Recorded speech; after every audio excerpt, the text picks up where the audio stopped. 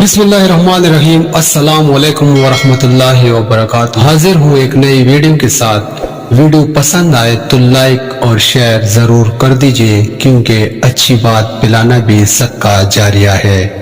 کون سی لڑکی یا لڑکا شادی کے لیے بہتر ہے؟ حضرت علی رضی اللہ تعالیٰ عنہ کی خدمت میں ایک شخص آیا اور عرض کرنے لگا، یا علی ابن ابی طالب صلی اللہ علیہ وآلہ وسلم، میں نے اپنی بیٹی کی شادی کروائی، لیکن چند ہی ماہ میں وہ شادی ٹوٹ گئی۔ آج کل لوگوں کا پتہ نہیں چلتا، بظاہر تو بڑے اچھے لگتے ہیں، لیکن رشتے رکھنے کے بعد اصل چہرہ ظاہر ہو جاتا ہے۔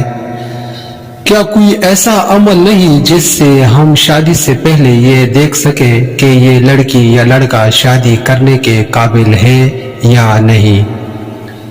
اس پر حضرت علی رضی اللہ تعالیٰ عنہ نے فرمایا، اگر تم اپنی بیٹی کے لیے رشتہ دیکھ رہے ہو تو تم لڑکے میں یہ دیکھو، جو لوگ اس سے مرتبہ میں کم ہے، حیثیت میں کم ہے، اگر ان کی عزت کرتا، ان کا خیال رکھتا ہے تو سمجھ جاؤ یہ زندگی میں ایک اچھا شوہر بھی بنے گا اور اپنی بیوی کا خیال بھی رکھے گا۔ لیکن جو مرتبے میں کم ہے، ان کا احساس نہیں کرتا، تو سمجھ جانا کہ یہ انسان تمہاری بیٹی کے لیے صحیح نہیں۔ اتنی ہی دیر میں دوسرا شخص اٹھا اور پوچھنے لگا، یا علی رضی اللہ تعالیٰ عنہ، اگر ہم اپنے بیٹے کے لیے رشتہ دیکھیں تو کیسے پتہ چلے کہ کیا لڑکی ہمارے بیٹے کے لیے صحیح ہے یا نہیں؟ اس پر حضرت علی رضی اللہ تعالیٰ عنہ نے فرمایا، جب اپنے بیٹے کے لیے رشتہ دیکھنے جاؤ تو لڑکی سے چند سوال پوچھو اور تھوڑی دیر گفتگو کرو۔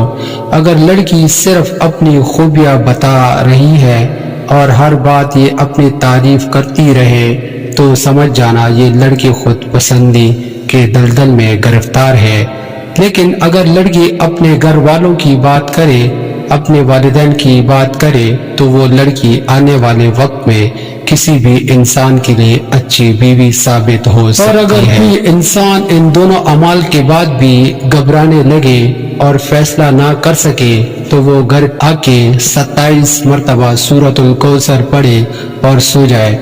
اگر خواب میں خوشحالی یا وہ لڑکا اچھے لباس میں نظر آیا یا وہ لڑکی اچھے لباس میں نظر آئے تو وہ